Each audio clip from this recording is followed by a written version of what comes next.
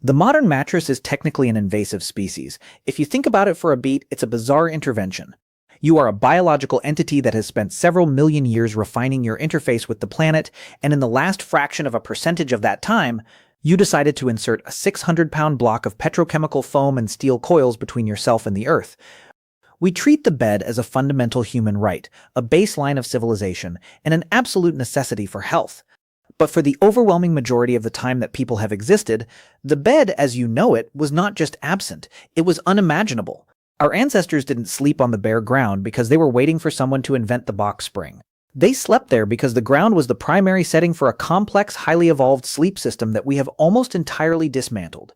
To understand why your back hurts, why you wake up at 3 in the morning, and why the perfect night's sleep feels like an impossible goal, we have to go back to a time when the floor was the only furniture in the world. But what does that actually do to the way a body functions over 300,000 years? To find the beginning of this story, we have to look at the people of Jebel Irhoud in what is now Morocco. Roughly 300,000 years ago, these were the first individuals who would look back at you from a mirror and see a peer. They had our brains, our skeletal structures, and our complex social needs, and for every single night of their lives, they lay down on the earth. In this earliest era of human history, sleep wasn't a private event, it was a tactical one. When a person lies on bare ground, they aren't just resting, they are entering into a thermal and sensory relationship with the planet. The Earth has a massive thermal capacity, meaning it stays relatively cool even when the air is warm and holds on to a predictable baseline of temperature. Early humans likely utilized this for thermoregulation. Your body's core temperature needs to drop by about 2 to 3 degrees Fahrenheit to initiate and maintain deep sleep. By lying on the ground, our ancestors were using the Earth as a massive heat sink, pulling the warmth from their core and signaling the brain that it was time to shut down. But if the ground was such a perfect radiator, how did we manage to stay safe from everything else that wanted to share that space? For a long time, researchers assumed that sleeping on the ground meant lying in the dirt like an animal. But a landmark discovery in 2011 changed that narrative entirely. At a site called Sabudu Cave in South Africa, archaeologist Lynn Wadley discovered the remains of human bedding dating back 77,000 years. This wasn't just a pile of leaves. It was an engineered environment. The people of Sabudu gathered specific types of river grasses and sedges to create mats about a centimeter thick. But the real genius was in the species of plant they chose. Cryptocarya woodii, also known as the Cape laurel. This plant contains specific chemical compounds, like alkaloids, that act as natural insect repellents. These ancient sleepers were using chemical warfare to keep mosquitoes and bedbugs away while they slept.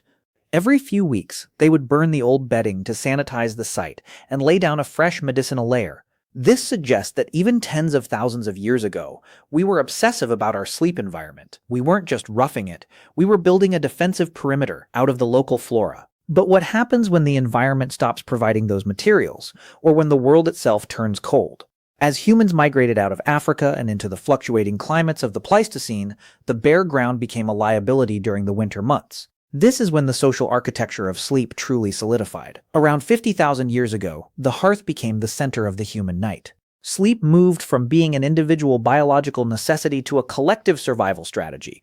Anthropologists like Carol Worthman have noted that in traditional societies, private sleep is almost non-existent. You slept in a circle, feet toward the fire, shoulders touching your kin. This social huddle served 3 purposes: shared warmth, psychological security, and a rotating guard system. When you are a slow, soft-skinned primate in a world of cave lions, sleeping alone is a death sentence. By sleeping in a cluster on the ground, humans created a sentinel effect. But did this constant proximity and the hard surface actually produce better sleep than we get today? In 2017, a researcher named David Sampson at the University of Toronto conducted a study on the Hadza people of Tanzania, who still live as hunter-gatherers. He used actigraphy belts, high-tech motion sensors, to track their sleep patterns on the ground. What he found was a direct challenge to the modern idea of the perfect 8 hours. The Hadza don't sleep in one solid block. Their sleep is fragmented, social, and noisy. Throughout the night, someone is always awake. Someone is tending the fire. Someone is talking. Someone is moving. In a group of 20 people, there were only 18 minutes of total, collective silence over the course of the entire night. This poor sleep was actually a brilliant evolutionary adaptation. It ensured that at any given moment, at least one set of ears was listening for the snap of a twig in the darkness. We call it insomnia when we wake up at 2 a.m., but for 99% of our history, that wakefulness was the thing that kept your family alive. But how did we transition from that highly successful, group-oriented ground sleep to the solitary, elevated box we use today? The shift began with the dawn of agriculture, about 10,000 years ago.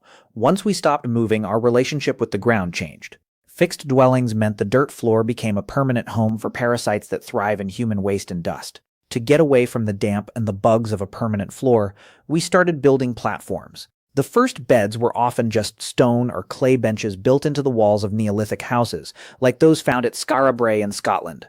These were the first attempts to detach the human body from the Earth's thermal and biological cycle. By elevating the sleeper, we traded the heat sink effect of the ground for the convection effect of the air. This changed the way our bodies processed the night. We began to need blankets to trap the heat that the ground used to help us regulate. We started to create a microclimate around our bodies, a bubble of warm air that stayed static all night. But what did this elevation do to the mechanics of the human spine? This is where the modern debate over firm versus soft surfaces gets its start. There is a common myth that our ancestors had perfect posture and zero back pain because the ground is flat. In reality, the ground isn't flat, and neither is your body. When you sleep on a hard surface, your body is forced to move. On a modern soft mattress, you might shift your position only a few times a night because the foam absorbs your pressure points. On the ground, you have to move constantly, shifting from your side to your back, rotating your hips, adjusting your shoulders. This movement isn't a sign of restlessness. It's a form of nocturnal gymnastics. It keeps the joints lubricated and prevents any one muscle group from seizing up in a single position for 8 hours.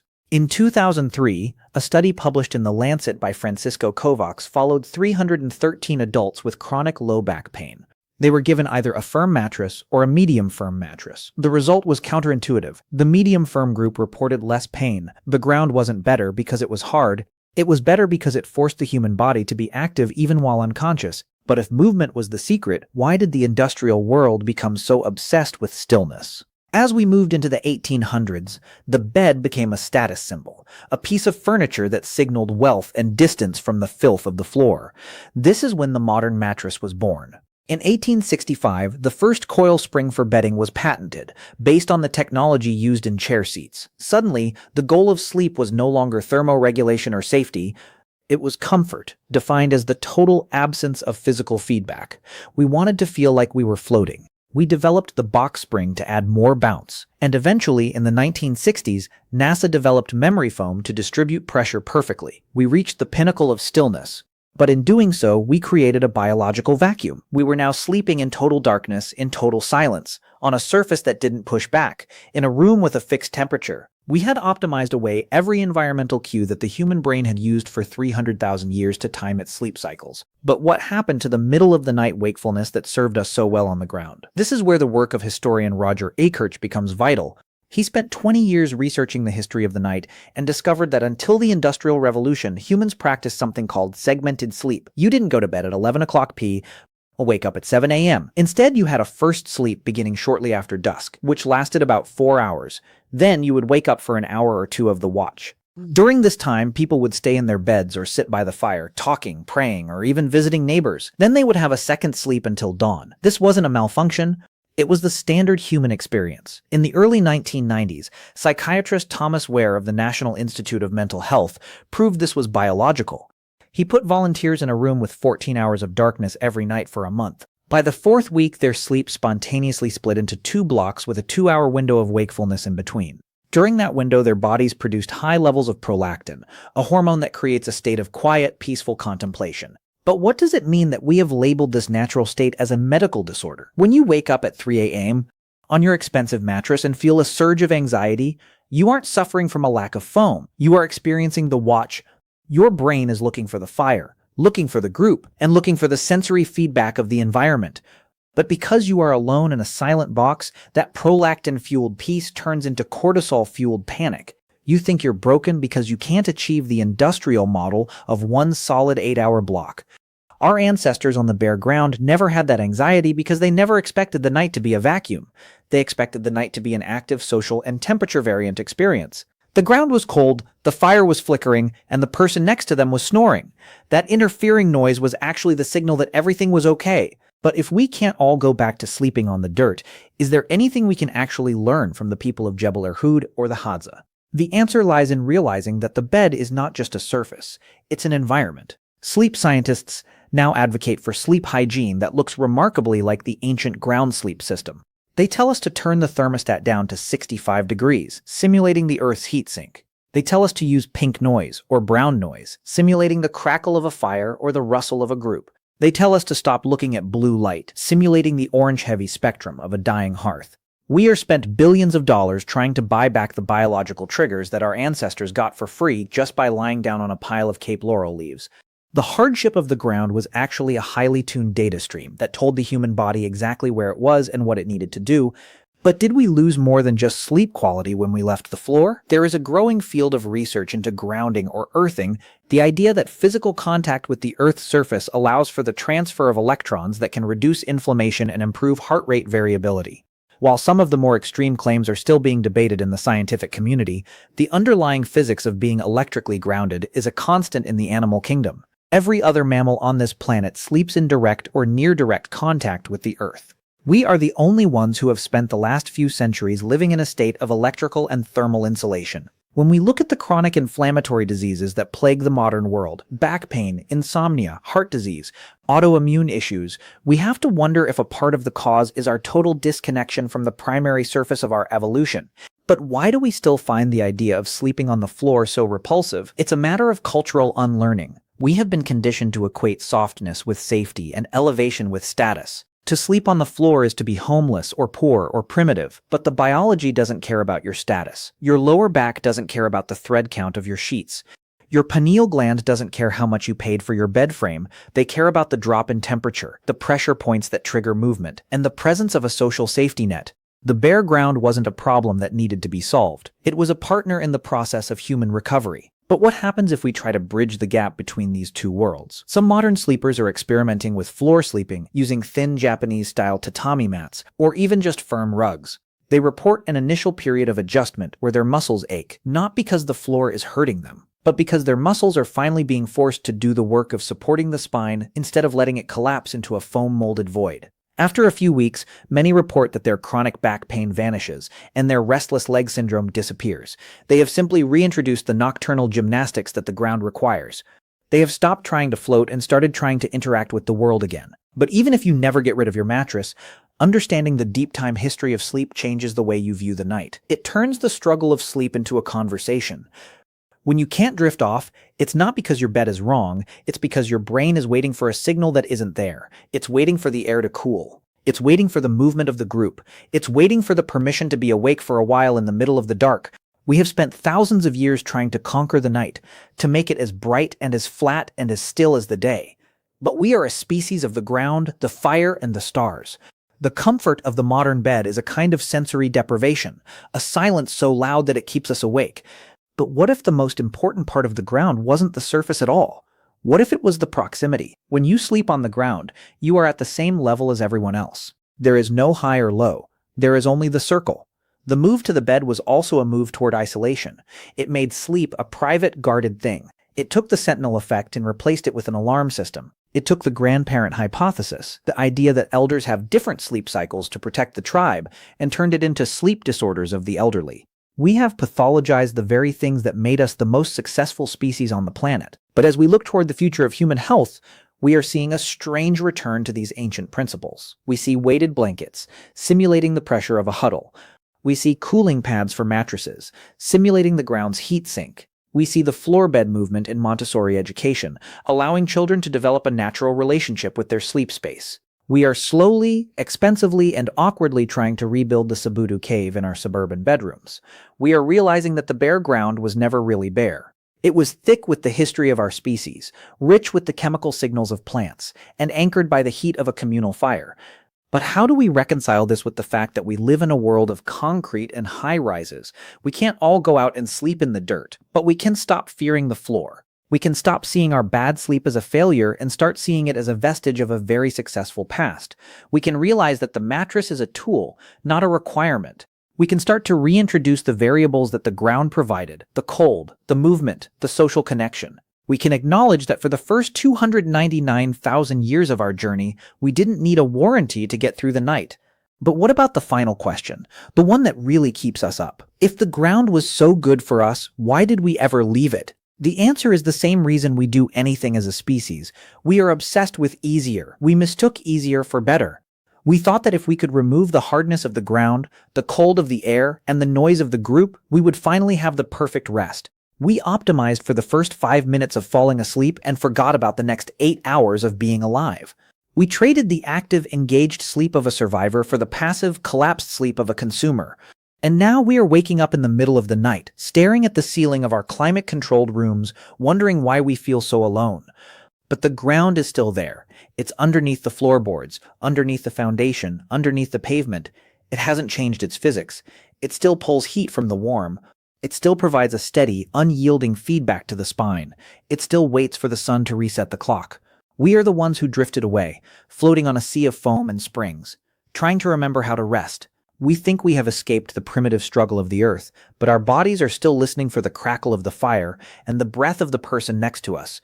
We are still the people of the dirt, even when we're sleeping on a cloud. But what does that actually mean for tonight? It means that when you lie down, you should remember that your body is a masterpiece of environmental engineering. It doesn't need a perfect surface to heal itself. It needs a challenge. It needs to move. It needs to cool down. It needs to feel like it belongs to the world. The ancient human on the bare ground wasn't a victim of circumstance. They were a participant in a 3 billion-year-old cycle of day and night. They didn't have a pillow, but they had the peace of knowing that their sleep was a part of the planet's rhythm. They weren't on the ground, they were asterisk of asterisk it. But if we want to find that peace again, we have to dismantle the most pervasive lie of the modern world, the idea that comfort is the same thing as health. We have been sold a version of sleep that is essentially a coma, a state of total, unmoving, temperature-neutral unconsciousness. But real human sleep is a vibrant, shifting, social, and thermal event. It is a time of repair that requires the body to be in dialogue with its surroundings. When we removed the ground, we ended that dialogue. We turned sleep into a monologue, and we're surprised that we've run out of things to say. But what if the most important thing we lost wasn't the health of our backs, but the health of our communities? When we moved to the bed, we moved away from each other. We made sleep a private vulnerability instead of a shared strength. We replaced the sentinel with a deadbolt. We replaced the huddle with a duvet. We decided that the ultimate luxury was to be alone in the dark, but our brains are still wired for the group. They are still searching the darkness for the evidence that we are not the only ones awake. But what happened when we stopped waking up together? We started waking up against ourselves. We started seeing the watch as a panic attack. We started seeing the first sleep as delayed sleep phase syndrome. We started treating our history as a pathology. But the ground sleepers didn't have these problems. They didn't have insomnia because they didn't have a definition for a perfect night. They just had the night. They had the cold. They had the fire. They had the dirt. And they had each other. But if you really want to understand the scale of what we've done, you have to look at the timeline. It is the only thing that can pierce the bubble of our modern assumptions. We think the bed is the normal state of affairs, because everyone we know has one. We think the mattress is a fundamental human tool because it's in every store. But the timeline of human history is a long, dark road. And the mattress is a tiny, flickering light at the very, very end of it. It is a blip. It is an experiment that we are all currently part of, and so far the results are mixed. But how mixed exactly? Consider the numbers, because they don't lie. Anatomically, modern humans have been sleeping on this planet for roughly 110 million nights. For 109 million of those nights, we did it without a single metal spring, without a single slab of memory foam, and without a single smart pillow. We did it on the dirt, on the grass, on the stone, and on the medicinal leaves of the Cape Laurel. The modern mattress, in the form that you recognize it, has been the standard for fewer than 60,000 nights. You are currently betting your health on a technology that has existed for exactly 0.05% of your species' existence, while ignoring the interface that supported us for the other 99.95% of our time on Earth.